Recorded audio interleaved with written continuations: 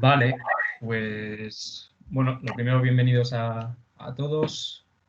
Vamos a empezar ya con la empresa de hoy, que es Amadeus. Amadeus IT Holdings, que es una empresa española, cotiza en el IBEX y bueno, es un poco, vamos a hablar pues eso, del entorno en el sector en el que opera, que es un sector un poco especial. Luego hablaremos también de la empresa como tal, el modelo de negocio que tiene y por qué es un buen modelo de negocio, con unas buenas ventajas competitivas que defienden bastante los retornos que obtiene. Y luego, pues al final, hoy estoy con Javi, que nos hablará un poco de la valoración de la compañía como punto final.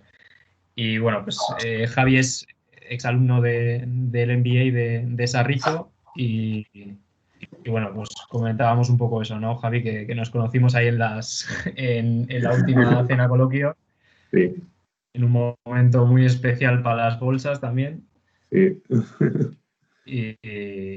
Y bueno, pues eso, le he liado Y para que me también, ayude también. con el análisis de Amadeus, porque bueno, desde que empezaron las caídas, pues hemos estado hablando por WhatsApp y tal, y entonces, pues bueno, yo sabía que él la tenía en cartera, yo también la tengo, que sirva como disclaimer. Y, y bueno, pues eso, me parecía, creo que es una buena compañía para analizar, ya no solo desde el punto de vista de inversión, sino también como negocio, ¿no? Como un negocio de los pocos negocios de calidad que tenemos aquí Mm, en el IBEX, en España. sí. Mm, Y bueno, un caso bastante curioso. Yo voy a seguir, para los que ya estuvisteis en el anterior de Melia, pues voy a seguir el mismo esquema, el mismo planteamiento. Pues eso, empezaremos por el sector, luego la compañía, el modelo de negocio y las ventajas competitivas, y luego ya pues Javi nos hará la valoración y nos explicará pues bueno, no sé, o si quieres explicar cómo valoras tú las compañías después o por qué esta compañía las valora así. Yo Sí, creo que luego, es si quieres, el, centramos igual, porque igual hay mucha gente que no sabe lo que hace Amadeus. Igual es mejor empezamos sí, con un poco sí, sí, sí, describiendo lo que hace Amadeus y luego al final eso, vemos un poco el tiempo que tenemos y bueno, y os cuento yo también un poco a ver cómo las valoro yo, pero bueno, que al final forma sí, parte de mi propia repertorio. Al final, pues sí que soy inquieto, me gusta leer, me gusta analizar a la gente, pero bueno, es que al final vamos, seguramente que hay mucha gente que aquí que puede aportar muchísimo más de lo que yo pueda aportar. Pero bueno, que algo, sí. algo puedo decir, pero seguramente que hay mucha gente que sabe mucho más. O sea, Hablaremos, hablaremos de, y hablamos de hablaremos de diferentes, valoración y de diferentes modos de valoración de empresas, así como eso. algunas se valoran de una forma y otras de otra. Eso Vale, es. vale, Sí, que perfecto. al final, que también lo comentábamos tú y yo ayer preparando la sesión, que claro, que hay empresas que son muy fáciles por un método, muy difíciles por otro. Eso es. Lo veremos también. Bueno, Vale. pues el típico, el típico disclaimer, pues que toda la información que vamos a dar aquí no representa en ningún momento una recomendación ni de compra ni de venta y que bueno, que cada uno haga su propio análisis y que no son recomendaciones ni decimos lo que hay que hacer ni lo que hay que dejar de hacer, ¿no? Ujú. Entonces, bueno, empezando ya por el sector en el que opera Amadeus, pues yo creo que para explicar el sector hay que explicar primero lo que son las plataformas GDS, ¿vale? Que son Global Distribution System. ¿Qué es una GDS? Pues veamos, si en la industria de los viajes tenemos por una parte los players que representan la oferta, que serían pues las aerolíneas, los hoteles, todo el transporte del ferrocarril, trenes, barcos, cruceros, todos estos serían los que ofrecen esas rutas y esos viajes. Y luego la demanda la representa las agencias de viajes, los tour operadores, las agencias online, las OTAs. Entonces, claro, pues los GDS son los proveedores que forman una plataforma en la que se encuentran tanto oferta, aerolíneas y demás, como demanda. Serían las agencias, ¿no? Entonces, digamos, son proveedores de software que permite que las aerolíneas puedan ofrecer a las agencias de viajes pues precios, ofertas y demás, y que a su vez estas pues sean capaces de adaptar sus paquetes de viajes y demás al cliente final, al usuario, a los turistas, ¿no? Hablo de turistas, pero esto se aplica obviamente también a los viajes de negocios y a todo lo que requiera movilidad, ¿no? Entonces, pues los proveedores GDS pues establecen una especie de puente, un puente que por supuesto es un peaje. Ellos, por estos servicios, por conectar ambas partes de la cadena de valor, pues cobran unas tasas, ¿no? Unos fees. Y básicamente en eso se basa el negocio. Estos GDS, luego lo diremos, pero ¿cómo nacieron? Pues nacieron de las propias aerolíneas. Las aerolíneas que se juntaron, muchas de ellas hicieron una especie de joint venture a la hora de formar estas plataformas, porque lo que querían era externalizar esos servicios, crear unas plataformas de las que no se tuviesen que preocupar, entre comillas, y crear compañías que desarrollasen estas plataformas para ellas y para que todo fuese pues más sencillo y tuviesen que reducir su inversión en I+D y en desarrollo de estas tecnologías.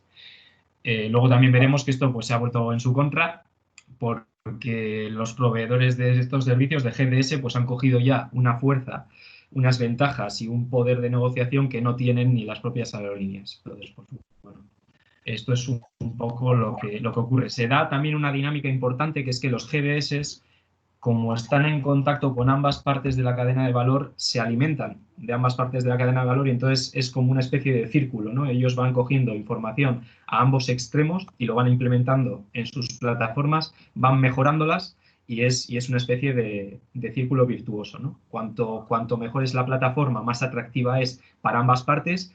Cuantas más agencias de viajes, turoperadores, aerolíneas, cruceros, tal, se anexan a esa plataforma, pues mejor es esta plataforma y viceversa, ¿no? O sea, y así sucesivamente, pues se va generando una red importante que veremos que, bueno, pues que es uno de los mejores negocios que hay en el mundo. No sé si quieres añadir algo más, Javi. Yo te voy a ir preguntando casi transparencia, por si tienes algo que añadir. Sí, bueno, al final, además que, joder, la labor, esa especie de lo que estabas comentando, ¿no? Que al final es el círculo virtuoso que al final lo siguen ellos alimentando, ¿no? Que es curioso que incluso la gente que estudia turismo, hay una parte muy importante de la carrera de turismo que es aprender a manejar el software Amadeus, o sea, que sí. Tiene su miga y ellos han buscado muy bien dónde inyectar ya su plataforma, ¿no? Que es desde que la gente, pues eso, se va formando en turismo y bueno, pues salen con conocimientos, con lo cual no hacen más que reforzarla, ¿no? Reforzar ese planteamiento. Las certificaciones, los diplomas de GDS estaban en torno a los casi $2.000 por precio de la IATA. O sea,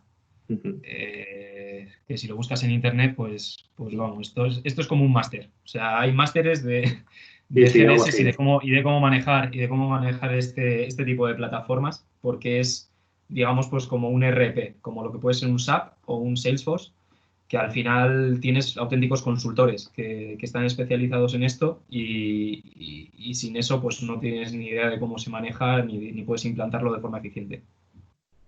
Eso es. Entonces, pues bueno, básicamente, pues una vez entendido lo que son las GDS y la importancia que tienen en la cadena de valor de los viajes, pues vemos que, hombre, el crecimiento del propio sector, pues al final es el de la economía global, por el tema de que cada vez hay más viajes y concretamente los emergentes, pues puede que crezcan a una tasa doble de lo que lo hacen los países ya europeos y parte de Norteamérica.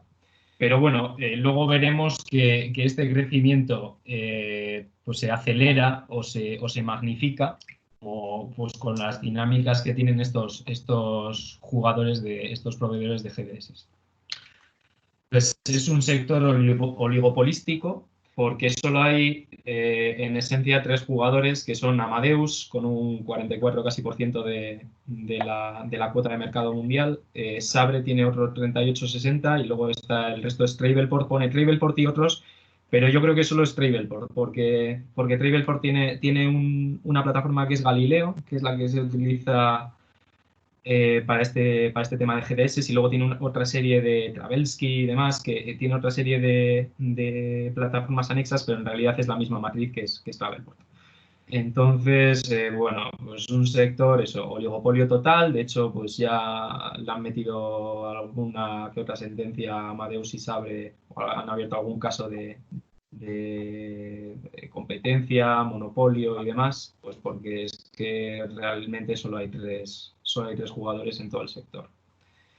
Y luego, pues bueno, yo ayer también lo comentaba con Javi, es un sector en disrupción, ¿no? Yo creo que al final estos servicios, por los efectos de red que pueden tener Google y Facebook, pues pueden empezar a meterse, pues eso, las grandes empresas tecnológicas, o al menos pueden intentarlo, pero la amenaza más real y la que ya se ha empezado a desarrollar en el sector es la aparición de las NDCs. Las NDCs, que ahí lo pongo, New Distribution Capability, es una nueva plataforma, un nuevo estándar que ha creado la IATA, ¿vale? La IATA, que al final es el lobby de las aerolíneas, pues se han dado cuenta las propias aerolíneas de que esto no les beneficiaba porque les quitaba muchísimo poder y ya tiene casi más poder de negociación Amadeus que cualquiera de ellas y las dinámicas de los pasajeros pues las controlan por completo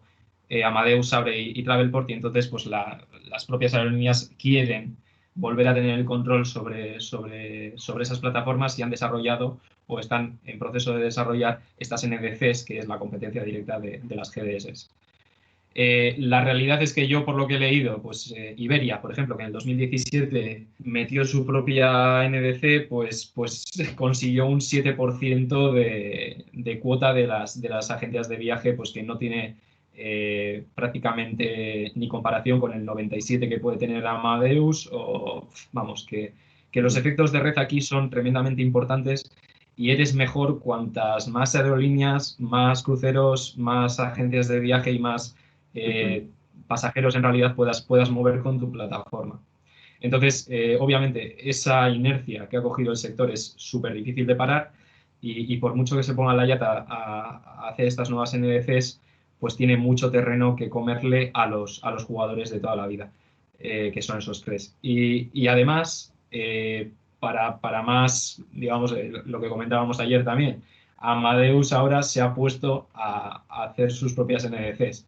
Luego, entonces, pues dándole una vuelta de tuerca, pues ha dicho así, que vais a desarrollar NDCs, pues ya las desarrollo yo y os las vendo y así sigo teniendo el control absoluto. Porque además es que la amenaza al final, las aerolíneas, todo este tiempo que han estado sin invertir en I+D y sin investigar en este tema del software, es el tiempo que ha estado Amadeus desarrollando su software y vendiéndolo. Luego, entonces, ese know-how que tiene Amadeus, pues es muy complicado que ahora las aerolíneas lo cojan y empiecen a desarrollar al mismo nivel que hace Amadeus. Es tremendamente complicado. Luego, entonces, pues bueno, sí que es la mayor amenaza, pero es una amenaza que de momento yo creo que está controlada. No sé cómo lo ves tú, Javi. Sí, bueno, la IATA se ha empeñado en intentar pues eso, cambiar el nuevo sistema de distribución y demás.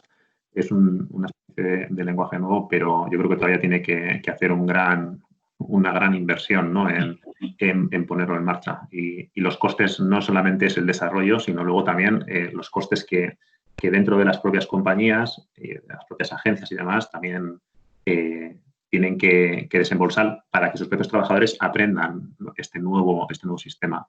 Yo creo que será difícil y de hecho, otra de las cosas que está haciendo Amadeus es integrar ambos, ¿no? en alguna especie de plataforma común para que puedan convivir, ¿no? el sistema GDS con el NDC. O sea, que en ese sentido se están cubriendo, ¿no? un poco las espaldas. Veremos si realmente...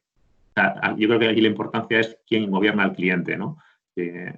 si realmente ese poder sobre el cliente lo va a poder seguir teniendo Amadeus o realmente van a ser las compañías, ¿no? Las compañías aéreas las que van a poder gobernarlo, ¿no? Yo creo que en el fondo la guerra de todo esto es esa, ¿no? Y cómo van a poder jugar cada uno sus bazas para poder hacerlo. Pero bueno, de momento Amadeus sigue ganando y sigue ganando, sigue mejorando sus márgenes, ¿no? Son pequeños por cliente, pero lo sigue manteniendo.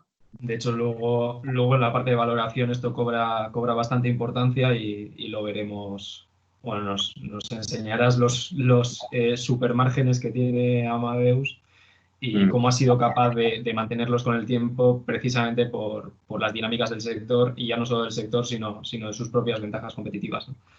Eso es. Entonces lo veremos después. Bueno, pues ya un poco entendido cómo se mueve el sector, qué son las GDS y cuáles son las amenazas, así un poco las que están un poco presentes, pues ya vamos a la empresa. Y bueno, pues un poquito de historia. Pues Amadeus nace en el 87, es una empresa que se crea con Lufthansa, Air France, Scandinavian Airlines y Iberia, puede ser, no sé si me dejo alguna. Y lo que hacen es, pues lo que he explicado al principio, externalizan todo el tema de plataformas para que lo desarrolle una única compañía, que en este caso pues es Amadeus, ¿no? Luego, pues bueno, aquí algunas cifras para que veáis que ya desde el 93 pues controla más de un 60% de las agencias de viajes europeas, ya en el 96 procesa 300 millones de reservas, bueno, o sea, unos números que dan vértigo y bueno, o sea, 1 millón de reservas en un día, bueno, una pasada. En el 2005 le hacen una exclusión de bolsa, una LBO, compra apalancada, ¿no? Y la sacan de bolsa, pero luego en el 2010 pues retorna y en el 2018 pues ya la compañía hace una de las adquisiciones más importantes, que es TravelClick, que ya la tiene bastante integrada y paga 1,5 billón por una empresa que, una vez más, esta compañía al final lo que hace es comprar empresas con una cartera de clientes, con una plataforma ya hecha, y entonces una parte importante del crecimiento de la compañía es a base de M&A y de comprar otras empresas que integra perfectamente en su estructura, ¿no? Y un ejemplo de ello es TravelClick, que es de hospitality, es de hoteles y demás, y bueno, pues ellos decían que querían crecer en ese sector porque ya las aerolíneas veían que se les estaba quedando pequeño, incluso que tenían ya demasiada dependencia, y decidieron diversificar, lo veremos después. Y una de las estrategias preferidas de Amadeus pues es comprar compañías con bastante deuda, eso sí. Entonces, bueno, las cifras más relevantes de la empresa pues son unos ingresos de 4,8 billón, con 6,6 billón invertidos en I+D desde 2004. De ahí la importancia, ¿no? de que estas empresas meten mucha inversión en ver cómo pueden desarrollar mejor el software, en hacer nuevas tecnologías, y es súper importante en este sector, en este negocio, estar siempre a la última para ir ganando cada vez más cuota. Luego, pues eso, son 19.000 empleados en 190 países. Las sedes de Amadeus son, creo que son 3, una en Madrid, otra en Niza y otra en Erding, cerca de Múnich. Pero tiene oficinas en más de 70 países. Y luego, pues bueno, más de 640 millones de reservas en 2018. O sea, es que son unas cifras ya impresionantes. Y 1,8 billón de pasajeros. O sea, el CEO es Luis Maroto, que es el de la foto. Y luego, en cuanto a la participación de capital, en contraposición con Meliá, por ejemplo, que un 52% lo controlaba la familia, pues esto no es una empresa familiar. Básicamente el 21% de la compañía está controlada por fondos de inversión, que son los que pongo ahí en el recorte, y tiene un free float del 99,8%. Eso quiere decir que el 99,8% de las acciones no están en manos de la directiva y se pueden transaccionar. Luego, pues bueno, el tema de la red de clientes y la relación con la industria, pues es un poco lo que hemos visto, ¿no? Tienen una red impresionante, ya no solo con la parte de la oferta, sino también con la demanda, porque bueno, pues controlan todo el tema de pagos, precios, variaciones, ofertas tanto para aerolíneas como para cruceros, como para trenes, autobuses, bueno, o sea, de todo. Y luego también se van al otro extremo con las agencias de viajes y los turoperadores, las OTAs, como pueden ser Expedia o Booking, o sea, básicamente pues están presentes en toda la cadena de valor y cada vez integran más. Y veremos que integran en vertical y también en diversificado con otros negocios. Entonces, pues bueno, es una cosa que no para de crecer en realidad. Y cuanto más crece, pues más atractivo es, ¿no? Porque va desarrollando esos efectos de red, esos network effects, que son súper importantes aquí. Y bueno, pues eso, están en contacto con un montón de agencias y con un montón de instituciones y básicamente son necesarios para todo el mundo. Entonces, el modelo de negocio, pues bueno, lo hemos descrito bastante ya, pero bueno, entraremos al detalle. Son dos líneas de negocio las que maneja Amadeus, distribución y soluciones tecnológicas. Si no me falla la memoria, creo que tienen un 48-52 o algo así. No sé si tú, Javi, lo tienes más reciente. 48,52 en ventas. Sí, sobre ingresos. Todavía no tanto, algo más en distribución tiene algo más. Está más cerca de 60-40 que de... Después de 60-40, vale. Pues eso, en cualquier caso, pues bueno, lo de la distribución es lo que hemos comentado, ¿no? La plataforma de GDS es el integrarse en las propias plataformas de las aerolíneas y de todos los negocios que ofrecen viajes y servicios relacionados con el turismo y con la movilidad. Y bueno, pues aquí las economías de escala son súper importantes. Cuanto más grande eres, más interesante eres y más puedes crecer. Y la facturación es por transacción, es el sistema de peajes. O sea, ellos le meten un fee a los billetes de avión, que ahora creo que están en los 4 euros. Y, y da igual qué billete sea o si lo has hecho para business o sea, ellos te meten un 4 a todos los billetes y van ganando con billete vendido, con billete transaccionado por su plataforma, por los GDS. Importante ver también la sensibilidad que tiene esto. Leí el otro día que bueno, Lufthansa, que ha sido una de las aerolíneas que más guerra ha dado con esto de independizarse del sistema GDS, le metió un sobrecoste a las transacciones por GDS que lo colocó en 16 euros. Entonces, si Amadeus a Lufthansa le cobraba 4 euros, pues Lufthansa repercutía 16 sobre el billete que extendía. Pues ni se enteraron. O sea, básicamente no consiguieron que vender más por la plataforma directa de Lufthansa que por los GDS. O sea, digamos que la aerolínea lo que decía era, bueno, pongo más baratos, 16 euros más baratos mis billetes de plataforma que mis billetes de GDS. Pues imposible. ¿Por qué? Pues porque al final la mayoría de las ventas van por GDS y tampoco lo puedes grabar tanto porque si no pierdes competitividad, ¿no? Entonces, pues están bastante maniatados. Y luego, pues la parte de soluciones tecnológicas, que básicamente es un desarrollo de software y venta, y se están metiendo mucho en temas o se llevan ya metiendo bastantes años en PSS, que son los sistemas de pasajeros de las aerolíneas, que básicamente es un ERP que te controla pues todos los embarques, los pasajeros, los billetes, todos los datos. Bueno, o sea, son sistemas que se intrincan totalmente al cliente, a la aerolínea, y es muy difícil moverse de ahí, ¿vale? Los costes de cambio son bastante altos. Porque una vez que ya tienes el software de Amadeus metido en las entrañas de tu compañía, pues es que el moverte a otro es ingestionable en muchas ocasiones. Y entonces, pues bueno, esto sería más una facturación por solución, pero luego hay un mix que tienen ellos, que hay soluciones que van a distribución, hay distribuciones que forman parte del software, entonces tienen ahí una plataforma intermedia que lo contabilizan también por transacción y bueno, yo creo que de ahí que sean dos patas de negocio que se hablan entre ellas, porque lo que aprenden en soluciones tecnológicas lo implantan en distribución. La distribución es más interesante cuanto más software venden y más metidos están en las plataformas de las aerolíneas. Entonces, pues bueno, ahí yo creo que hay un círculo virtuoso importante y bueno, pues cuanto más crecen de uno, más posibilidades tienen de crecer del otro y viceversa. No sé si vas a añadir algo más, Javi.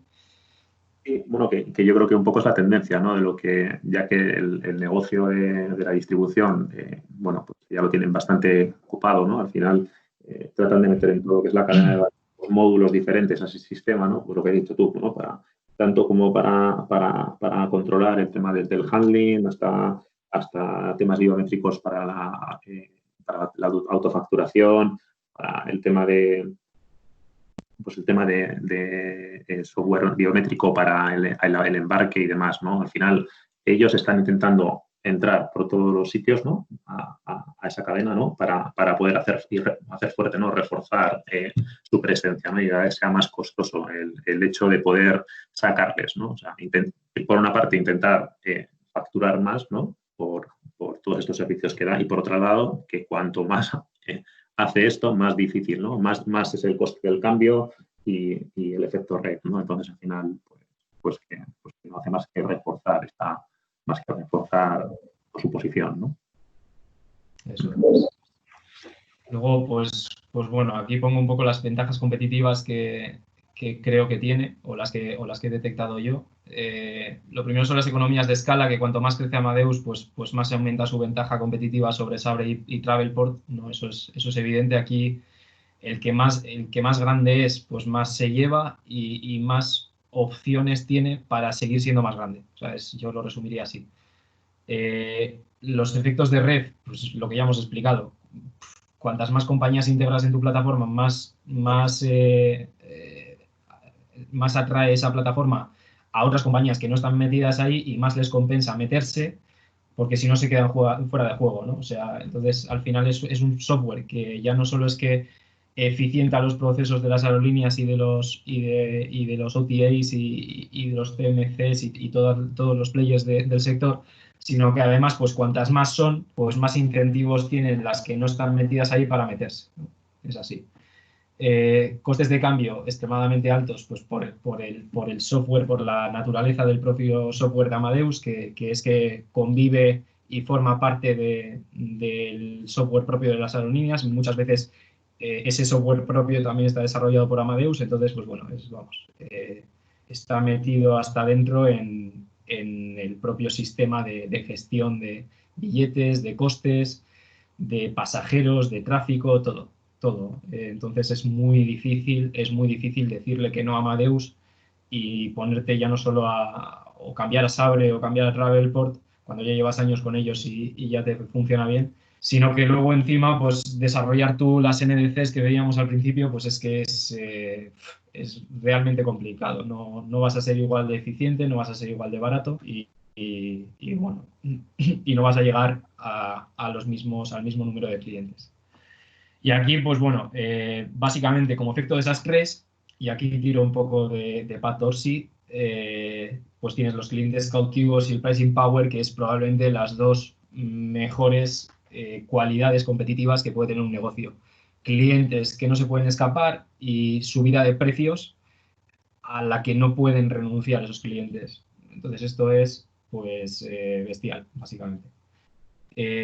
Luego aquí vemos una gráfica en la que se ve la ciclicidad de las aerolíneas y la estabilidad y enorme crecimiento del EBITDA de Amadeus. O sea, el EBITDA de Amadeus no depende de lo que haga el sector de aerolíneas. O sea, vemos que en años muy malos, como pueden ser 2008-2009, es que Amadeus seguía creciendo.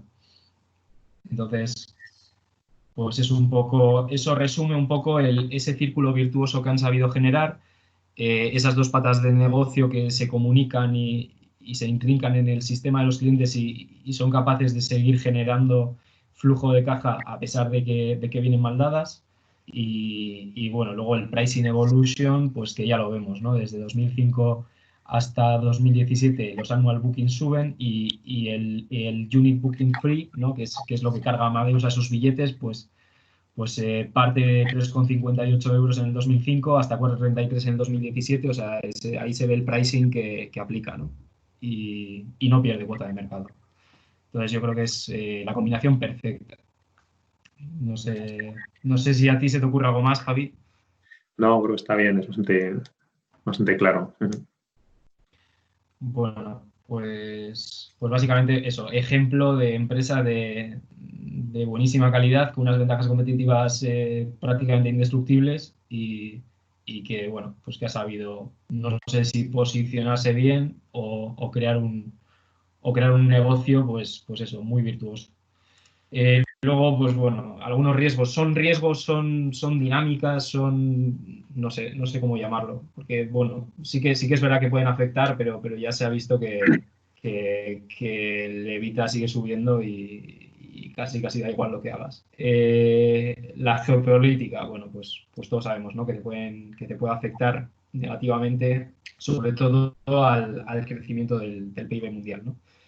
Luego la crisis, pues estamos en el mejor momento para poder afirmar esto, ¿no? Bueno, que te puede caer una crisis en cualquier momento y tienes que tener un modelo de negocio resiliente y estar bien posicionado, ya no solo para sobrevivir, sino que además pues para poder jugar tus cartas e incluso estar mejor posicionado a la salida. Limitaciones de capacidad, esto es interesante porque bueno, a mí no se me había ocurrido, esto lo cogí de una presentación de la compañía, del informe de gestión de 2018, creo, que decía que, bueno, pues en el verano de 2018 204 aeropuertos pues son declarados instalaciones de nivel 3 que no disponen de una capacidad de pistas, rampas o puertas de embarque para gestionar todos los vuelos que desearían las aerolíneas, ¿no? Esto ya es Amadeus, también desarrolla software para los aeropuertos. ¿Vale? Para los aeropuertos, para los sistemas de auxiliares en tierra y bueno, pues todos sabemos lo que es un aeropuerto y el Cristo que puede ser eso para gestionar, pues Amadeus te da el software necesario y además pues cobra más importancia el nivel de desarrollo de ese software precisamente para estos aeropuertos que tienen que gestionar de una forma mucho más eficiente todos los vuelos y todas las llegadas de aviones porque están limitados por capacidad, ¿no? La disrupción y nuevos players es lo que hemos explicado al principio, pues sobre todo yo veo la amenaza de los grandes tecnológicos y el riesgo de que las aerolíneas se desplieguen y potencien la beta directa por NDCs. Pero bueno, pues ya hemos visto un poco cómo va el tema, ¿no? Lo de los viajes multimodales, yo creo que a Amadeus le beneficia porque cubre toda la venta de pico, de extremo a extremo de la cadena de valor.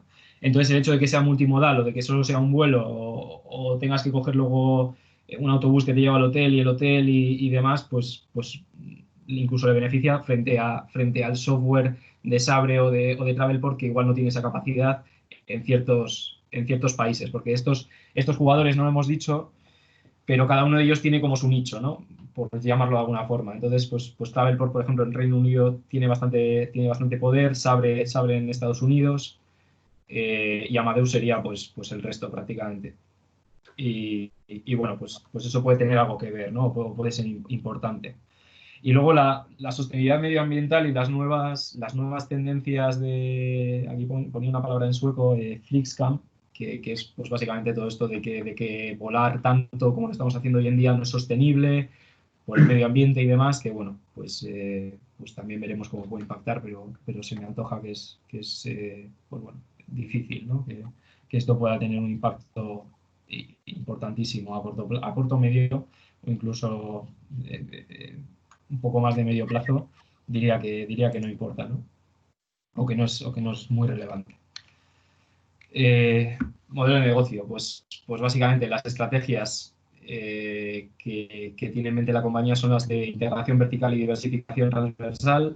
La integración vertical, pues eso, cogerte la cadena de valor de inicio a fin, ir comprando compañías, ir desarrollando plataforma, ir vendiendo software a unos, a otros y básicamente hacerte con el control de inicio a fin.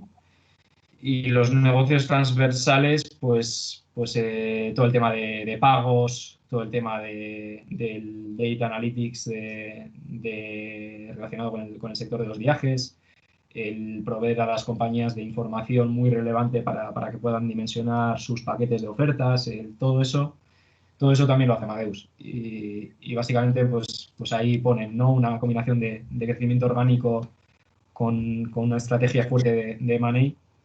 Y concretamente, pues el M&A, pues aquí lo tenemos, ¿no?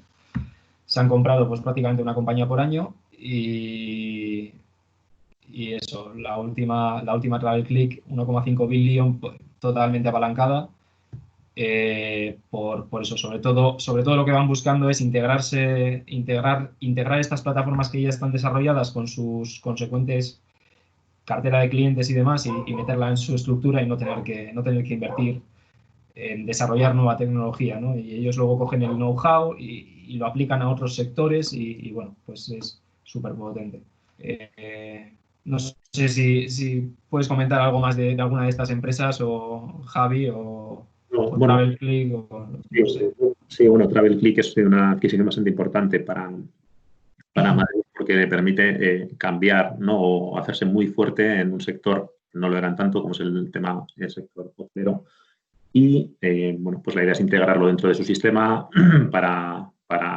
tanto para el sistema de reservas como para el sistema de gestión de hoteles, lo cual le da una potencia bestial, ¿no?, una amplitud de miras bestial desde el punto de vista de crecimiento, ¿no? Y es un poco su gran adquisición. Han comprado alguna empresa más en el 2019, pero al final, entre el finales del 18 y el 19 han comprado alguna más. Pero en principio la gran adquisición y un poco la que se prevé o la que le va a dar muchos recorridos precisamente TravelClick. Eso es. Sí, eso en el sector hospitality que decían, bueno, aquí en concreto, pues la casilla amarilla, pues ahí decían como que querían crecer, ¿no?, en esos sectores. Pues eso, a golpe de maní. Y luego también veremos que deja la compañía más endeudada, pero tampoco son niveles de deuda súper excesivos, ¿no? O sea, concretamente, bueno, aquí algunas cifras. Estas gráficas se las he cogido a Javi.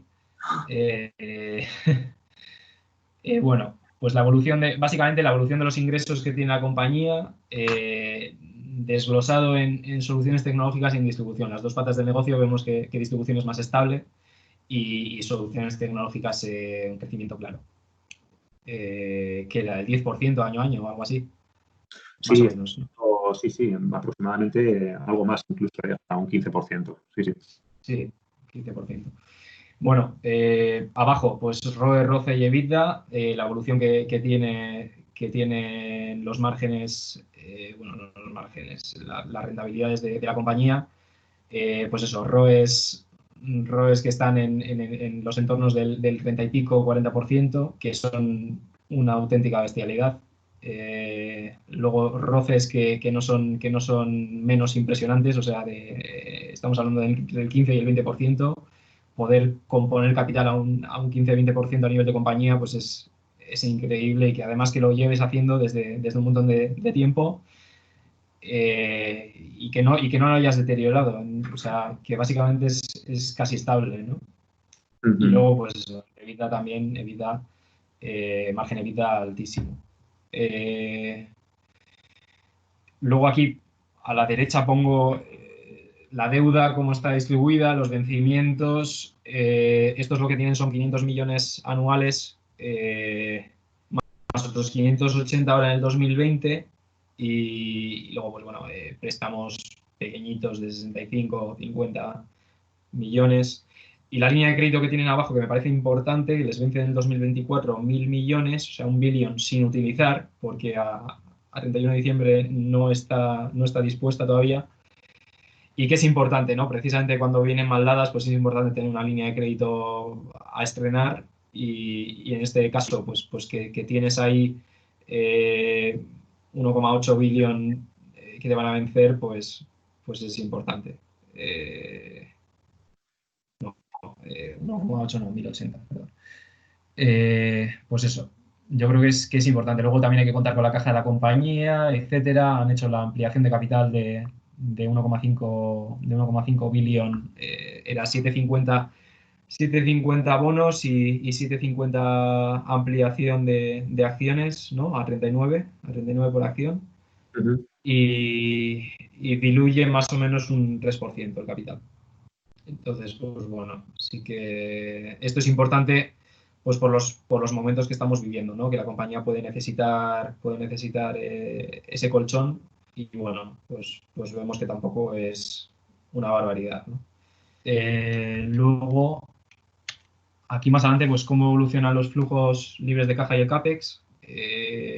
CAPEX que no supera los 800 millones y el flujo libre de caja que va para arriba, que va creciendo desde 2014.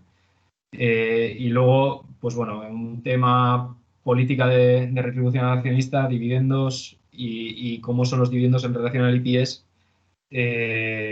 Yo, a ver, esto ya es opinión personal. Yo repartiría menos dividendos, pagaría más deuda. No sé cómo lo ves, Javi.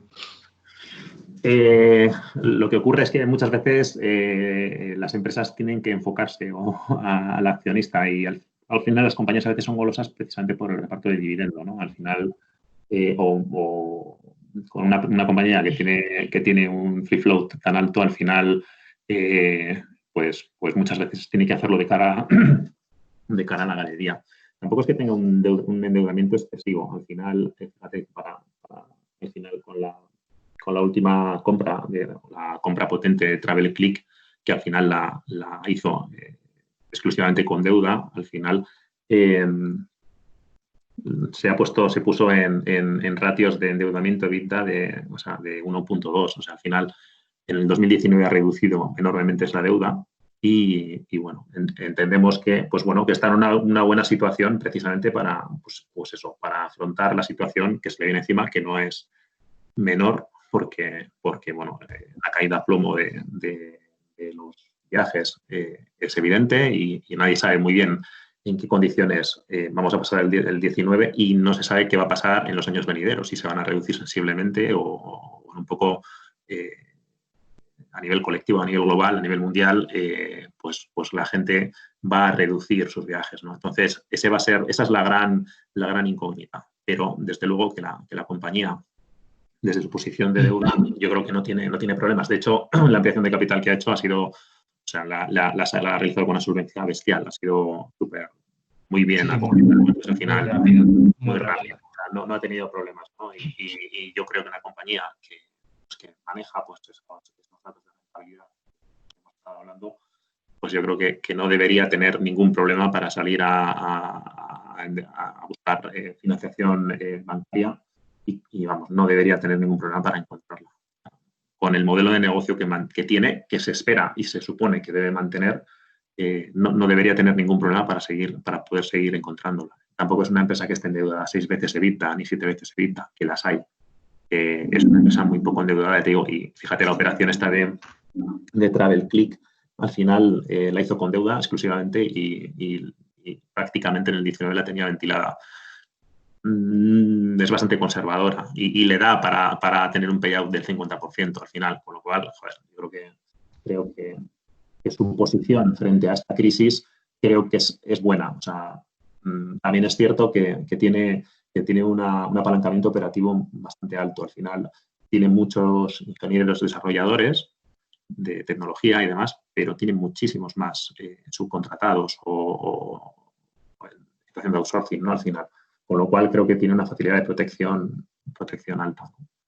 Yo creo que no está en una mala situación, pese a que le coge de lleno el problema. Es uno de los mayores afectados de la crisis de esta COVID, ¿no? Pero bueno, sí que creo que es que no va a tener ningún problema en ese sentido. Esperemos. Sí, yo creo que sí que es verdad que es uno de los grandes afectados, pero también es verdad que es uno de los pocos que no arroja demasiadas dudas respecto a respecto a cómo pueden gestionarlo o tiene una posición, digamos, privilegiada, ¿no? O sea, Sí, sí, desde esto desde luego. luego una aerolínea quiebra, pero estos, pues al final, por lo que hemos dicho, porque es que son parte fundamental del sector y están en contacto con todos, pues al final esto es bastante más defensivo que una El aerolínea. ejemplo, mira, si lo fijas en la transparencia anterior en la que estaban puestas las curvas de rentabilidades y demás, Sí. fíjate que la rentabilidad neta que está teniendo aproximadamente es de en torno a los 1.000 millones de euros y mantiene un ROE de un 40%, con un payout del 50%. O sea, eso quiere decir que de esos 1.000 millones, 50 lo reparte en dividendos y el otro 50 lo dota a reservas. Pero claro, esos 500 millones de euros los renta a un 34%. O sea, no existen negocios o sea, tantos negocios que sean capaces de generarte una rentabilidad de un 30%, ¿no? O sea, es una pasada.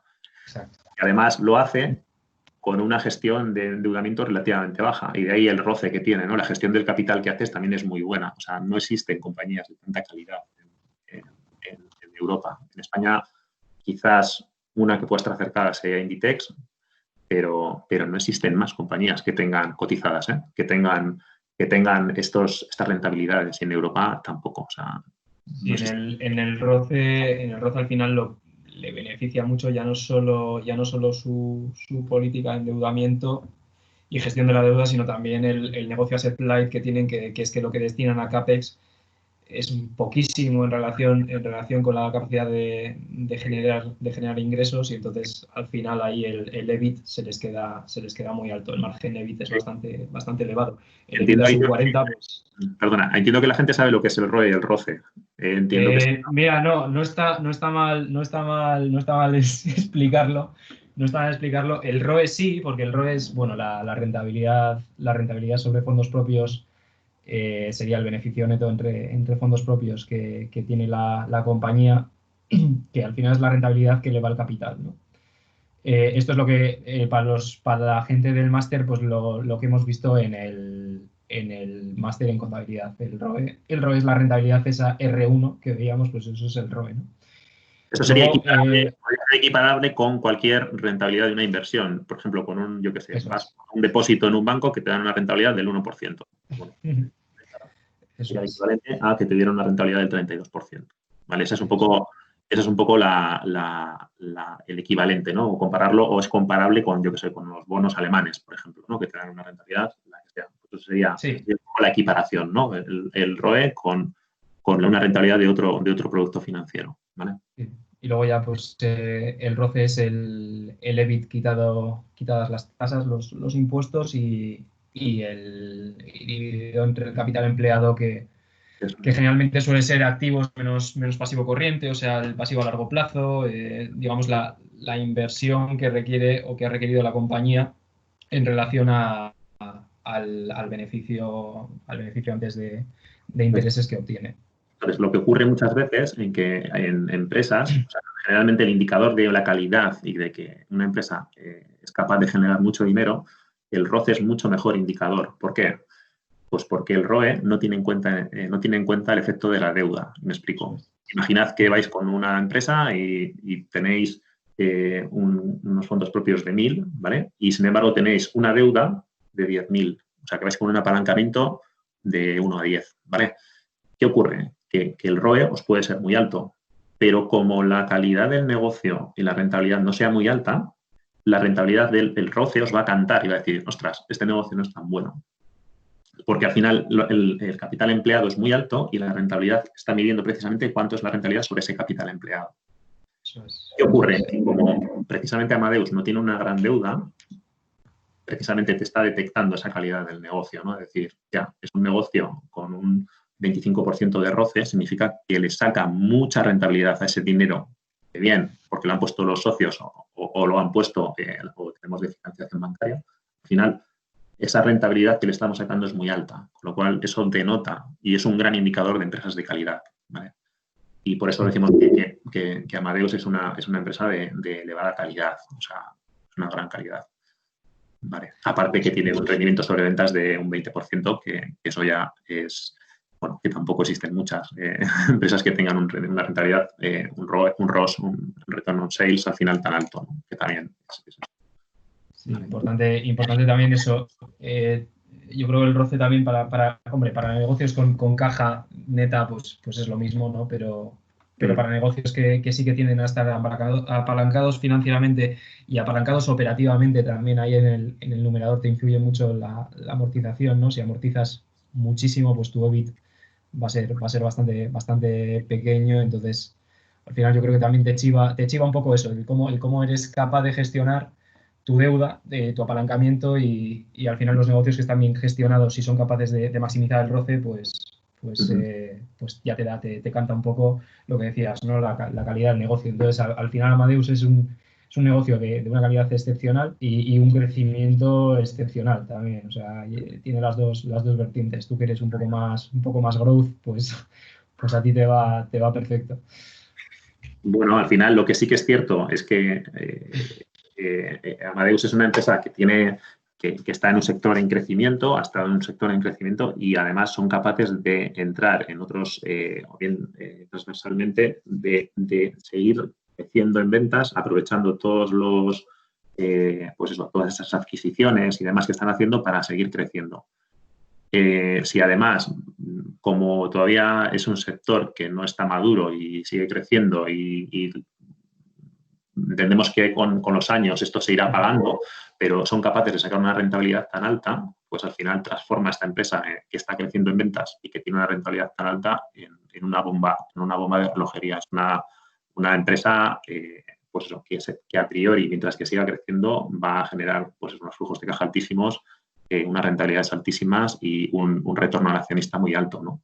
Es un poco lo que en el algo se llama empresas compounders, ¿no? Que al final, lo que os he comentado, ¿no? Que esas reservas que se van quedando en la compañía se van rentabilizando con un ROE de un 30%, con lo cual incrementan otra vez los fondos propios, siguen reutilizando ese dinero para seguir creciendo y al final un crecimiento así de 10 años te transforma la empresa en un auténtico monstruo, ¿no? de negocio. ¿Cuál es el problema de este tipo de empresas? No todas las empresas son así. O sea, esa es la clave, ¿no? Al final hay empresas que son cíclicas, unas que son de crecimiento lento y otras pues, que son como Amadeus, que son unas empresas pues eso, ágiles que crecen muy rápido, ¿no? Hay otras de activos ocultos o lo que fuera. Pero en general, esta empresa se puede de momento categorizar así. Es probable que dentro de 4, 5, 6 o 7 años, pues probablemente el crecimiento se reduzca, la competencia aflore, las empresas aeronáuticas aeronáuticas de aviación estén un poco, se cansen y vean que al final es un montón de dinero que están dejando de ganar, aparezca la tecnología NDC y tal y le hagan reducir los márgenes. Entonces se transformará en otro tipo de empresas. Pero yo creo que a día de hoy esta empresa se puede categorizar precisamente como una empresa de crecimiento y precisamente con los márgenes como una gran compounder. Correcto. Pues, si quieres paso un poco y... Sí, vale. te iba a decir, vamos con la valoración ya. Yo voy a dejar de compartir vale, y ya te dejo a ti el control. Vale, perfecto.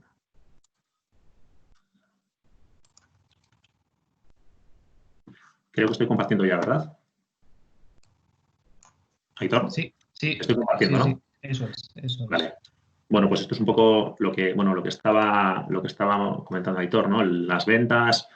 Lo primero que hemos hecho ha sido ver un poco las cuentas de explotación de los años, desde el año 2014 al 2019, ¿vale? Y un poco lo que hemos ido con estas cuentas de explotación ha sido sacar por un poco los diagramas, ¿no? que os ha propuesto Aitor, ¿vale? Que eran un poco los que estaban en la transparencia anterior.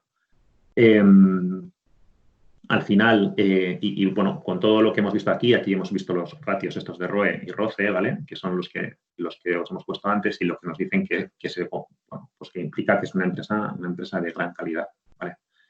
Y todo esto que os hemos contado de que es una compounder, ¿vale? ¿Qué pasa? Desde el punto de vista de valoración, ¿vale? De empresas. Estuve viendo ayer la valoración que hicisteis de Meliá, ¿vale?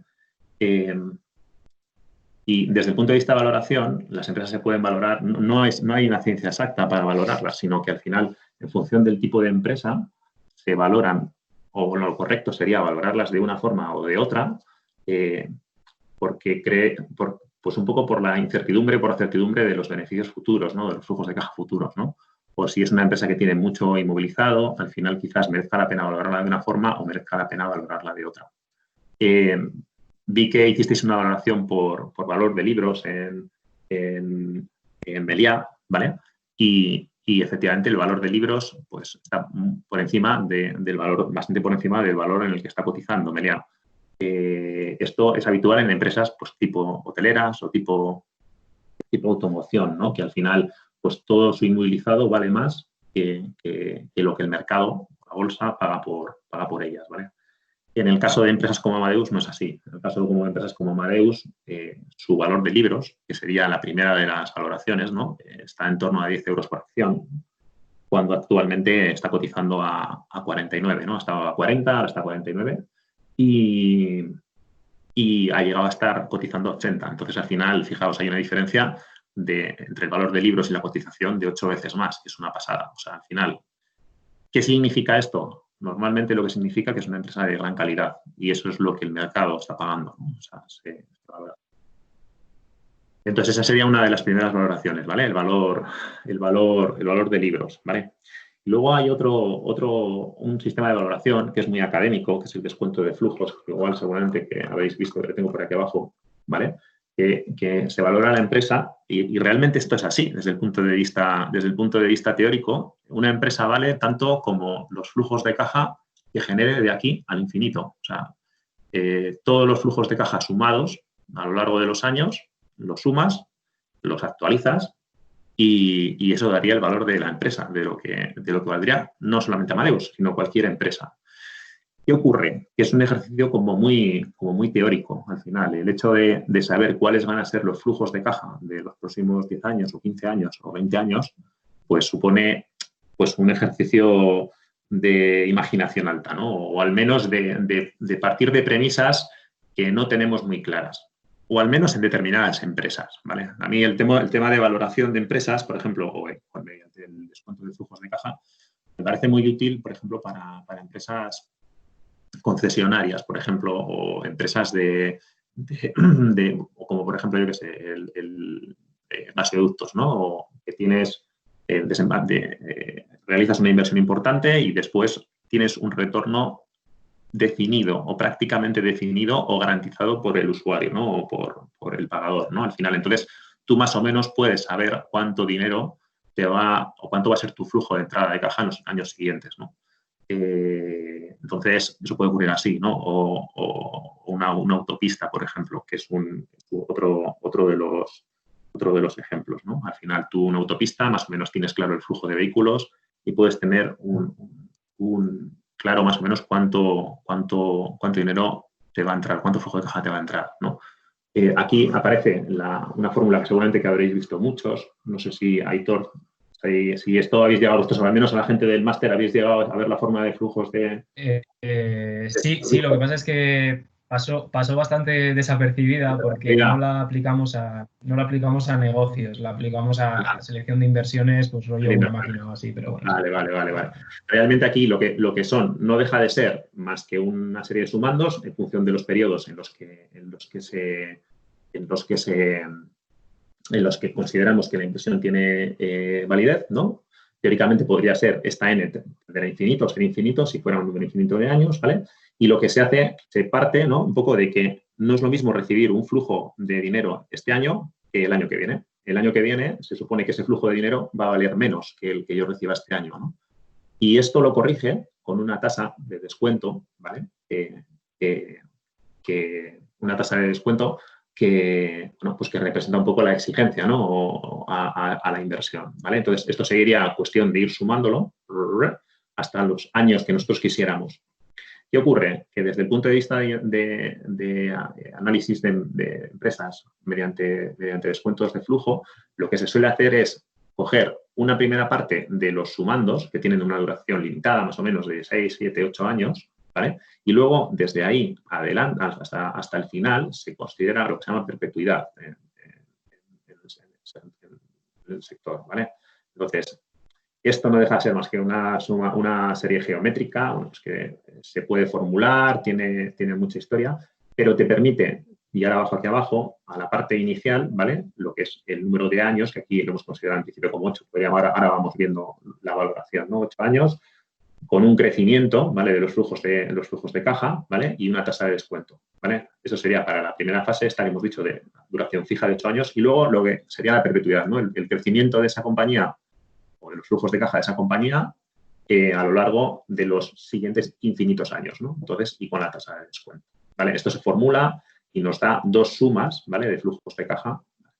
En principio habría que hacerlo con los flujos de caja, pero claro, el flujo de caja o los flujos de caja o el free cash flow, que es lo que normalmente se utiliza para esto, pero sin embargo, como el free cash flow junto con el beneficio de la empresa, pues tiene una especie de relación entre el CAPEX, la variación de las NOF, ¿no? De las necesidades de financiación y el beneficio neto y pues al final, y la amortización, al final, pensar que podemos hacer ese ejercicio a 10 años vista no tiene mucha lógica. Entonces, lo que se suele hacer es trabajar directamente con el beneficio por acción, ¿vale? Entonces, y lo que hemos hecho es ver directamente con un crecimiento inicial de 10%, ¿vale? De ese free cash flow, con una tasa de descuento del 8%, que es algo habitual, es lo normal que suele exigir en este tipo de inversiones, ¿vale? Y 8 años y una perpetuidad de un crecimiento de un 1% de los free cash flows, que ahora sería del beneficio por acción, y una tasa de descuento del 8, nos generaría, que eso sería la suma de estos dos factores de aquí, de 22 más 41, que sería un poco una primera valoración.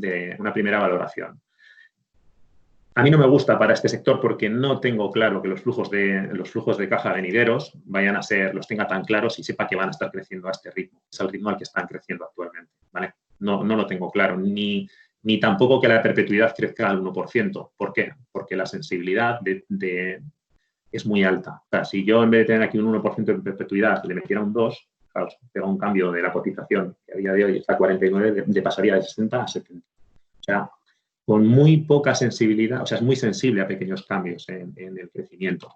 Porque a mí no es precisamente el método que más me guste, salvo, digo, que sean empresas de otro tipo, ¿no? Sean concesionarias, que ese es el efecto, el momento perfecto, ¿no? Para hacer este análisis, ¿vale? Entonces, pero bueno, lo tenemos hecho, creemos que puede ser algo sensato y nos da una valoración, ¿vale? Partiendo del beneficio por acción de 2,58, con esa simulación que habíamos dicho, ¿no? Que deberíamos hacerlo estrictamente por el free cash flow por acción, pero que, sin embargo, la simplificación del beneficio por acción nos parece que es bastante sensata, ¿no? Viendo que perdemos mucha más fiabilidad en otros cambios, ¿no? O suponiendo con otras suposiciones que precisamente pasando de free cash flow al BPA, ¿no? Al beneficio por acción. Y con esto tendríamos una de las primeras formas de valorar las empresas, ¿vale? Y luego, el otro sistema que a mí me gusta más, o creo que para esta empresa al final me parece más interesante, es la valoración por múltiplos, ¿vale? Que es otra de las formas de valorar empresas. Y de lo que tratas de hacer es de ver diferentes múltiplos, ¿no? Como son el PER o el EV/EBITDA, por ejemplo, de tu empresa en otros años, del sector, de empresas comparables o el múltiplo histórico, ¿no? El mercado, ¿no? Al final. Y aplicarlo a esta empresa, ¿vale? Entonces, yo aquí tengo las cuentas de lo que os decía, tengo aquí las cuentas de explotación de Amadeus en los últimos años, ¿vale? Y ahora le echamos un vistazo, si queréis, lo que hemos estado comentando. Fijaos, ingresos de distribución, ingresos de soluciones tecnológicas. Lo que vamos a hacer aquí ahora es, vamos a hacer una especie, y lo abro aquí, o sea, lo tenía aquí un poco escondido. Vamos a hacer una cuenta de explotación previsional, ¿vale? O sea, viendo cómo puede crecer Amadeus en el año 2020, lo vamos a obviar porque creemos que no es un buen año para hacer una estimación, pero nos vamos al 2021 o al 2022 y vamos a ir viendo en función de los diferentes ratios de rentabilidad, vamos a ir viendo en qué situación podemos encontrarnos a Amadeus, ¿vale? Entonces, bueno, la cuenta de explotación, supongo que eso más o menos lo tenéis claro, empieza por los ingresos, ¿vale? Ingresos de distribución y los ingresos de soluciones tecnológicas, ¿vale? Que es un poco lo que estaba viendo Aitor antes. aquí está la suma de ingresos del grupo facturando en el 2019 5.500 millones de euros, ¿vale? Este diagrama de aquí veis en azul la suma total de las ventas de la compañía, en rojo la parte de distribución, que es la parte de reservas, y en gris toda la parte de ingresos de soluciones tecnológicas. Si os dais cuenta, está creciendo a una velocidad mucho mayor los ingresos por soluciones tecnológicas en Amadeus más que el tema de reservas. Y se prevé que este es una de los, o sea, es el futuro, es el motor del crecimiento, ¿no? Va a ir por ahí, ¿vale? Ahora veremos, vemos que, bueno, aquí lo tengo directamente, lo tengo aquí apuntado, está creciendo un 10% en soluciones tecnológicas, un 13% del año 2018 al 2017 y un 26% de 19 al 18. Al final vemos que ha crecido un 10, un 13 y un 26%. Entonces, en mi previsión, yo tengo aquí en el 2021, pues lo que hemos hecho es hacerla crecer un 0%, o sea, multiplicarlo por 1, y lo hago crecer las soluciones tecnológicas un 30% para el año 2021. Creo que puede ser razonable. O sea, luego probamos, ¿vale? O lo podemos bajar, bueno, podemos ir jugando con ello, ¿vale? Para tener los ingresos. Vemos las diferentes contribuciones, que serían los gastos de contribución de cada uno de los sectores, ¿vale? Y luego los costes indirectos asociados, ¿vale? Que esto sería lo que nos dejaría, esto sería el margen bruto y luego esto pues nos acabaría dando el EBITDA, ¿vale? El EBITDA, que entiendo que lo conocéis, es el Earnings Before Interest, Taxes, Depreciation and Amortization. Al final nos llega a un EBITDA, aquí en números, ¿vale? De 2.245 millones de euros, pero que está siempre en torno a un 40% sobre ventas, ¿vale? Es el EBITDA de Amadeus, ¿vale? ¿Qué podemos pensar? Pues que, joder, si pese a que ha habido años malos, han mantenido el EBITDA en porcentaje, más o menos ha mantenido, pues bueno, vamos a hacer una previsión aquí y mantendremos el EBITDA, ¿vale? Aplicado a las ventas, ¿vale? EBIT es el EBITDA al cual hemos quitado las amortizaciones y las depreciaciones y nos genera una rentabilidad neta de esta línea de aquí, ¿vale? En el año 2019 de 1.113 millones de euros, ¿vale? Que representa un porcentaje del 20% sobre ventas, ¿no? Que esto realmente sería el Return on Sales o el ROS, ¿no? ¿Vale? Entonces, vale, aquí lo que nos permitiría es ir jugueteando con esto, ¿vale? Para ver cuánto sería la rentabilidad neta desde el EBITDA, ¿vale? Este 45%.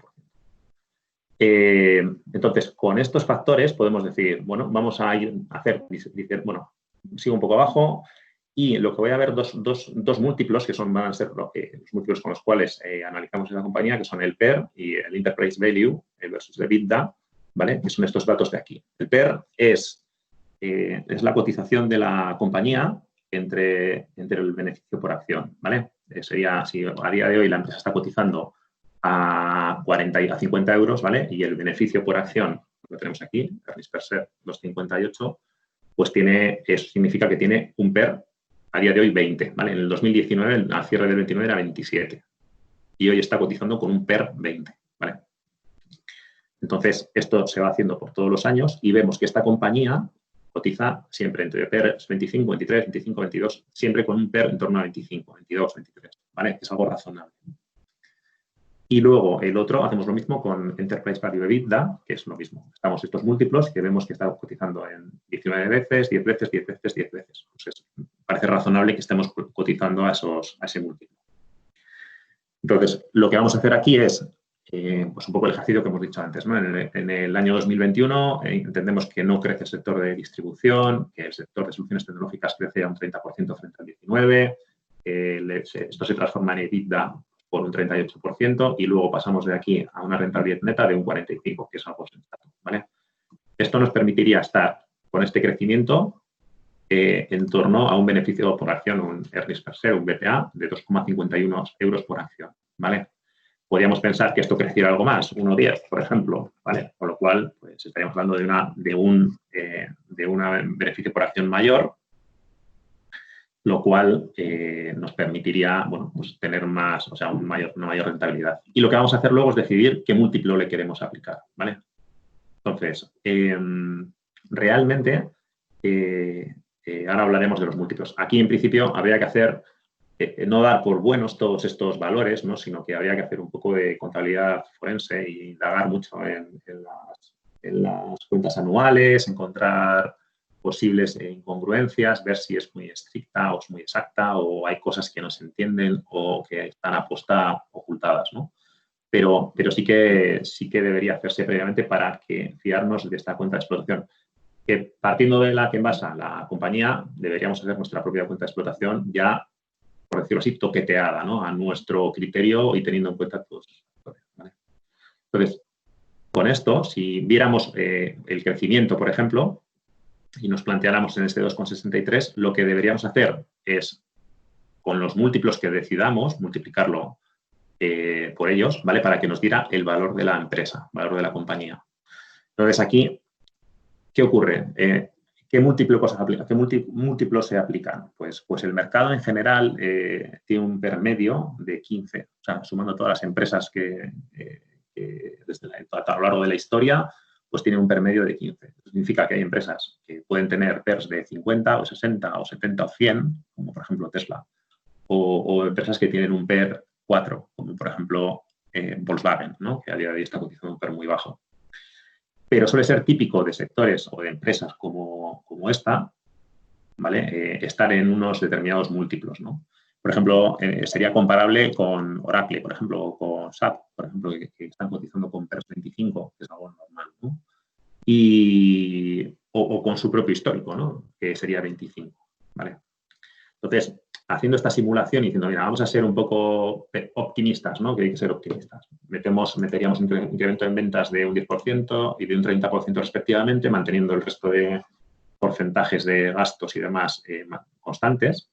Y aplicando este PER nos generaría una cotización o una valoración de empresa de 65,86 euros, ¿vale? Que puede ser algo más o menos razonable o no, pero bueno, creemos que tiene cierta lógica que podría ser, siendo optimistas. Si nos mantuviéramos en un crecimiento cero y un crecimiento de un 15%, pues estaríamos en torno a 60 euros, ¿vale? Manteniendo este PER 25. Que pensamos que podría bajar el PER y por el tema del COVID bajarlo a 22, pues lo bajaríamos. Nos quedaríamos con una valoración de 52. Entonces, ¿qué representa esto? Que al final, a día de hoy, cotiza 49 euros. Está cotizando hace 2 semanas a 40. Pensamos que podría estar infravalorado. Pensamos que el efecto del COVID ha podido ser muy importante. Pues puede ser, pero creemos que es una compañía que entendemos que el efecto del COVID antes o después pasará. Es una empresa que es bastante resiliente, que tiene poca deuda y entendemos que volverá un poco a su situación anterior, ¿no? Y que quizás se pueda cotizar en un PER 25, en un PER 25 y que pueda estar en ese valor.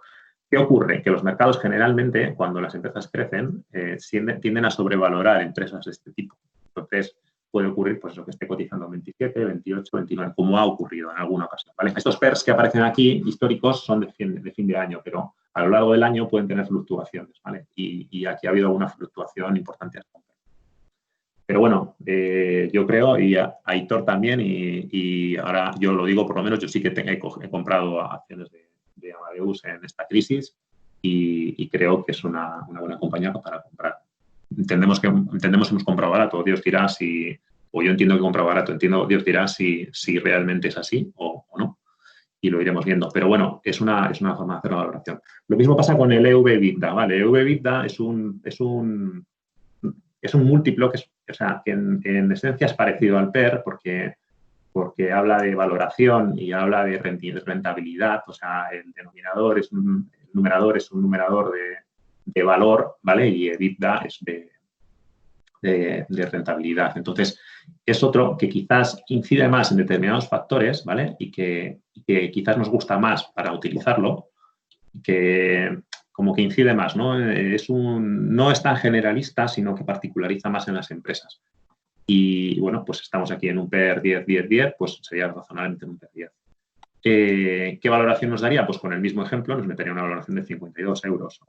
¿Vale? Entonces, esta sería, para mí, es un modelo de valoración que me parece mucho más sensato porque nos permite ver sensibilidades y decir, joder, vamos a ver qué pasa si el mercado repudia el tema de las tecnológicas como Amadeus o como SAP, ¿no? Pues vamos a ver qué pasa con un PER 20. Entonces, te permite ver, ¿no? Tu grado de resistencia de compañía. Y bueno, y esto es un poco, entonces tendríamos tres métodos de valoración. Uno sería por múltiplos, que es que este hemos visto aquí. El segundo sería con el descuento de flujos de caja, que nos daría una valoración de 63,94, 59, 52, 63,94. Al final no deja de ser valoraciones. Y tendríamos el primero que he dicho, que sería el valor de libros, que es un valor que está en 10 euros por acción. Entonces, esto no deja de ser más que modelos matemáticos que al final nos dicen una valoración de la empresa, pero creo que todo esto, o sea, no deja de ser más que hacer en un Excel o hacer un pensamiento en voz alta de un modelo, pero la clave de Amadeus no es la valoración que hagamos, sino que realmente es un negocio que hace algo muy bien o que hace muchas cosas muy bien para que esto siga funcionando, que sea capaz de componer a un 32% anual, que sea capaz de generar un flujo de caja estupendo y que siga haciéndolo. Y todo lo demás será, porque en el momento en el que no lo haga, la valoración va a caer a plomo. O sea, ayer pasaron Swiss, bueno, al final hay muchísimas empresas que se dedican a valorar empresas y tal, y ha pasado de valorarla, pues mucha gente que es especialista en pasar valoraciones de 60 o 70, 80 euros, pasarla a valorarla a 40, ¿no? O sea, por todo esto del COVID. ¿Qué significa? Pues que probablemente a corto plazo no vean que esta empresa tenga la capacidad de valer más que eso, ¿no? Pero no significa que no lo vaya a hacer a largo. Entonces, claro, todos estos números están muy bien y la valoración está muy bien, pero muchas veces es más sentido común, ¿no? Esto lo dice Charlie Munger, ¿no? El socio de Warren Buffett, ¿no? Que al final es muchas veces más sentido común y no tanto de números, ¿no? Es decir, ostras, ¿va a volver a haber aviones? Pues suponemos que sí. O entendemos que sí. Si no, nuestro problema no será la valoración de Amadeus, ni de IAG, ni de Lufthansa, ni nada, sino que tendremos un problema mucho mayor, ¿no? Y al final, cuando de todo esto salga y todo esto se pase, pues probablemente los mercados no se acuerden, que es lo que pasa casi siempre. Entonces, al final, pues volverá a una valoración más o menos razonable o incluso sobrevalorada, como creemos o yo pienso, y yo creo que tú también, ¿no, Aitor?, que ha estado alguna vez sobrevalorada. Sí. Y es un poco la realidad de esto. Al final, el que lo entiende mejor generalmente es el que más sentido común tiene y el que más... Generalmente no suele ser alguien de números, sino que suele ser alguien más de humanidades, al final, porque entiende cómo se comporta la sociedad mejor y cómo se comporta el mundo mejor. Y eso es un poco la realidad. Pero bueno, que esos tres métodos, o sea, método de múltiplos, quedaros con eso, método de múltiplos, método de descuento de flujos de caja y el valor de libros, ¿vale? Y que cada empresa no se valora de forma igual. O sea, al final, los métodos, o sea, que pueden ser muy acertados para un tipo de empresa, no lo son para otro, ¿vale? O sea, que al final, tenerlo claro, vamos, que suene eso, vamos, sin más. Yo creo que también entrar en muchas más historias creo que tampoco lo justifica, ¿vale? Vaya chapa que os he pegado. pero muy interesante porque ha sido una pequeña masterclass de valoración. Yo estoy de acuerdo, bueno, ya te dije ayer, yo estoy de acuerdo en prácticamente todo lo que has dicho. Sí que es verdad que los descuentos de flujos de caja yo los suelo hacer a 3 años porque todo lo que sea más allá de 3 años pues me parece ciencia ficción y luego ya lo meto a perpetuidad, pero sí, o sea... Mira, estoy compartiendo, creo, ¿no? Sí. Sí. Vamos a hacerla 3 años con un descuento del 8%, un crecimiento del 10% y luego le metemos en perpetuidad un 1% de crecimiento y un 8% de descuento. Pues mira, BPA, una valoración de la compañía. ¿Qué te parece? Sí. Al final es... ¿Qué te parece? Es un poco, en esta igual sí que está un poco más justificado hacerlo a más periodos porque tienes un periodo que prácticamente te lo saltas, entonces sí que tienes más visibilidad, digamos, si el 2020 lo obvias, como has hecho en los múltiplos, a partir del 21 puedes considerar que igual vuelven a la misma generación de flujos de caja, que está ahora mismo en 1 billón de PCF en el 2019. Y puedes meterle, el crecimiento es el 10%, me parece bien, porque al final es a lo que ha estado creciendo los flujos de caja, creo que es un 8, un 9 año a año.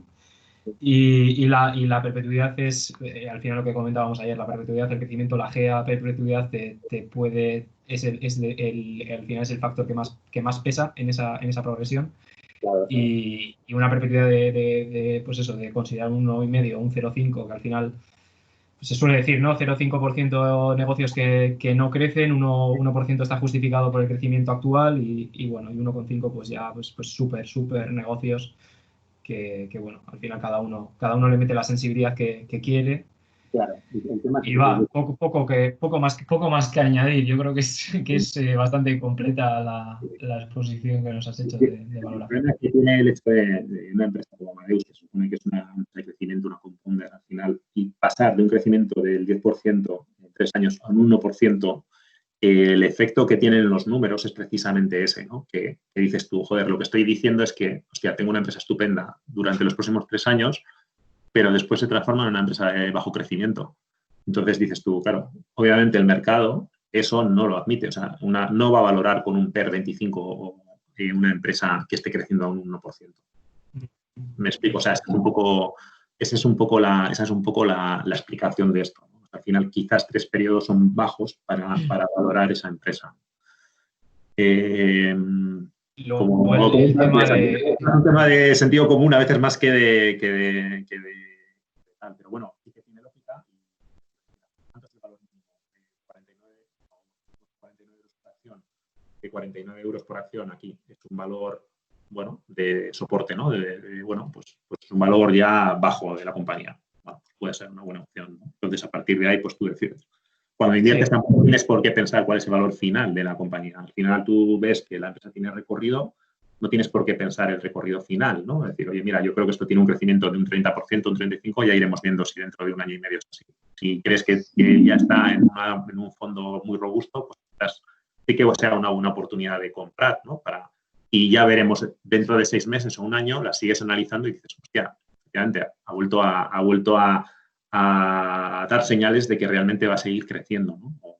Puede ser. Bastante más importante todo el análisis previo de entender bien el negocio, las dinámicas, el sector, el poder que tiene con clientes, proveedores, todas las ventajas competitivas y ya cuando sabes que es una empresa buena, una empresa de calidad, una empresa que has visto que no deteriora márgenes, pase lo que pase, pues ya la valoración pasa más a un segundo plano y a no ser que sea una cosa flagrante de descarada, pues generalmente se trata de valorar escenarios, ¿no? Un escenario más optimista, uno más pesimista y uno base, y hacerte ahí tus sensibilidades y un poco qué clase de comprador sea, si eres un comprador en precio, un comprador por descuento o un poco, pues bueno, si estás dispuesto a pagar esa excelente calidad que has visto, que has detectado en el análisis previo. Pero yo creo que para este caso los múltiplos están más que bien aplicados y yo creo que bueno.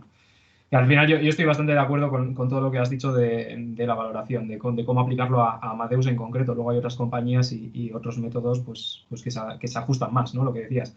El método depende de la compañía y no se puede tener un método para todas. Eso está claro. Hay que tener unas herramientas que cada uno pues aplica la herramienta adecuada a la empresa que mejor se ajusta. Es un poco eso.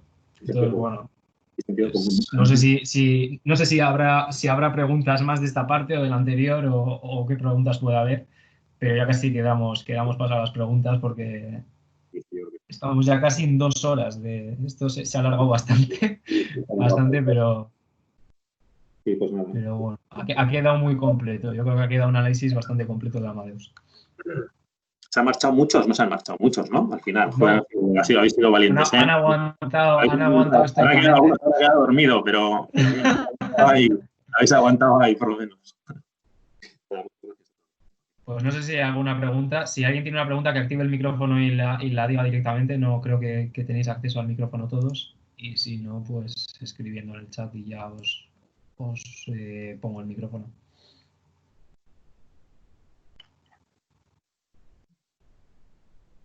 Parece que nothing to add, ya que comentabas a Manger. Nothing at all. Bueno, pues lo dejamos aquí, entonces. Va a quedar grabado. A ver. Mira, justo. Un PER tan alto no da imagen de que está muy cara. ¿Cuál? No, en el chat nos pregunta Unai que un PER tan alto que da imagen de que está muy cara. A ver, el PER al final es lo que ha dicho Javi, que yo creo que es totalmente cierto. el PER depende de la compañía, depende del sector, de las comparables. O sea, al final no puedes tener un PER 15 para todas las compañías del planeta, porque habrá compañías que sí que cumplan ese PER 15 con bastante, con bastante acierto, y habrá compañías que un PER 15 es un precio de derribo. O sea, concretamente Amadeus, el PER es tan alto como la calidad del negocio. Y si es un negocio de mucha calidad, pues se pagan múltiplos mucho más altos que la media del mercado. Entonces, pues un PER 25 es aceptable para Amadeus, pero puede que no sea aceptable, pues no sé, pues para Volkswagen. No tengo ni idea. Entonces, se suele decir ahí, circula bastante, yo no sé si esto lo has oído alguna vez, Javi, se suele decir lo de Mortal PER, porque precisamente pues es una cosa que es como lo primero que aprendes cuando empiezas a invertir es el PER y el BPA. Y entonces al final luego te das cuenta de cuando llevas ya tiempo que el PER pues pues es lo que es, ¿no? Y hay que cogerlo también con un poco de cuidado, y que el PER depende de las empresas. No hay un estándar, no hay un fijo para todas las empresas. Al final depende del sector, y por eso es tan importante el análisis inicial y el ver cuáles son los competidores, cuáles son los comparables, y cuál es el histórico de PER y de valoración de esa compañía, que eso te da una idea de si es aceptable o no ese múltiplo. Y por una razón, porque al final comprar con compañías con un PER 3 o un PER 4 en general no es excesivamente arriesgado, porque eso significa que son los beneficios de 4 años. El PER 4, aparte de lo que hemos visto, representa que los beneficios de 4 años, por eso, por decirlo así, comprarías la compañía, ¿no? Con un PER 25, un PER 30 o un PER 100 significa que tú estás pagando muchísimo más, porque generalmente estás viendo expectativas en esa compañía. Expectativas de crecimiento, o sea, unas expectativas muy altas. ¿Qué ocurre? Que generalmente, en la historia dice esto, ¿no? Que al final es muy pegarte un trastazo con un PER 4, pues es difícil, salvo que haya trampas de valor, ¿no? Pero pegarte un trastazo con un PER 80, un PER 90, un PER 100 o con un PER 30, eso es. O sea, generalmente estas compañías, en cuanto dejan de crecer a doble dígito, lo normal es que de repente el PER que se le asigna al mercado pasa a ser 12 o 13 o 15, ¿sabes? Entonces, el trastazo es bueno, ¿sabes? O sea, un poco lo que el miedo con Tesla, ¿no? O Tesla o crece o se prevé que la caída de la acción puede ser un desplome absoluto. O sea, al final el claro, riesgo a la expansión de múltiplos es el que tú siempre tienes que trabajar con un PER sobre beneficio esperado, ¿no? Y entonces eso, por ejemplo, el ejemplo clásico son las cíclicas. Las cíclicas cuando estás en pico de ciclo, cuando estás arriba del todo, que puedes estar pagando, pues imagínate, yo que sé, un PER 4, y ves que está barata, pero es que luego, claro, cae el ciclo, los beneficios caen y en realidad estabas pagando un PER 12. Eso es, entonces es un poco eso, ¿no? El PER es muy dinámico. Y siempre hay que trabajar con expectativas futuras, porque no es lo mismo de un año para otro, y si hay una eventualidad importante, puedes estar pagando, es lo que decía Javi, ¿no? Una trampa de valor, puedes estar pagando un PER 4 que en realidad es un PER 12 o un PER 13, y superas, y se te expande el múltiplo, y ya has pagado mucho más de lo que valían. Entonces yo creo que hay que tener cuidado. Sí.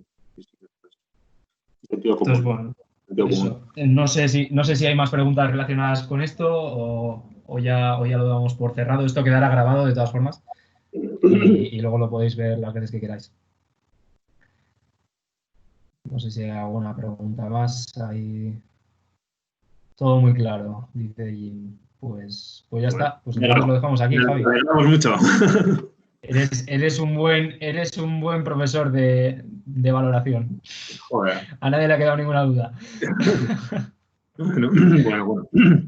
Está bien, pues nada, se les agradece a todos, ¿vale? La chapa que les hemos pegado, y no aguantaba ahí estoicamente, ¿vale? Eso es. Bueno, pues nada, si como veo que es interesante y tal, pues seguiremos haciendo cosas de estas, y trayendo, pues bueno, nuevas empresas, nuevos casos, y ya iremos aprendiendo cada vez más, creo yo. Se aprende un montón con este tipo de historia. muy bien. Perfecto. Pues nada, mucho ánimo para los chicos del máster y a los demás muchas gracias. ¿Vale? Exacto. Muchísimas gracias a ti también, Javi, por haberte dejado liar, porque, porque la verdad es que ha sido muy enriquecedor, sobre todo la hoja Excel esta, que yo creo que es muy interesante ver cómo se valora y un ejercicio de valoración bueno. Y bueno, pues eso, muchísimas gracias por apuntarte y bueno, pues muy bien. a ver si seguimos haciendo cosas de estas. Vale, seguro. Vale. Muchas gracias a todos. Muy bien, muchas gracias. Hasta luego. Adiós. Hasta luego.